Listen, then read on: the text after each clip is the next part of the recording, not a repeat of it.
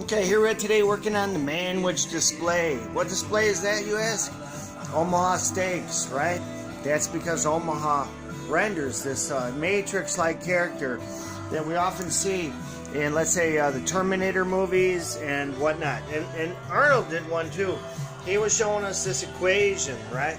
This equation that involved the doubling of volume in relationship to a dice cube, which allowed for the squaring of a circle. Which, oh boy, a lot of witches there with the man-witch, but that leads to the orb and this nature of this orb orbit, right, in our stations or processions that we're working on here. So definitely, get on board with the man-witch sandwiches and the sloppy joes, and you too could see the fostering of the slope on one flank and asa on the other.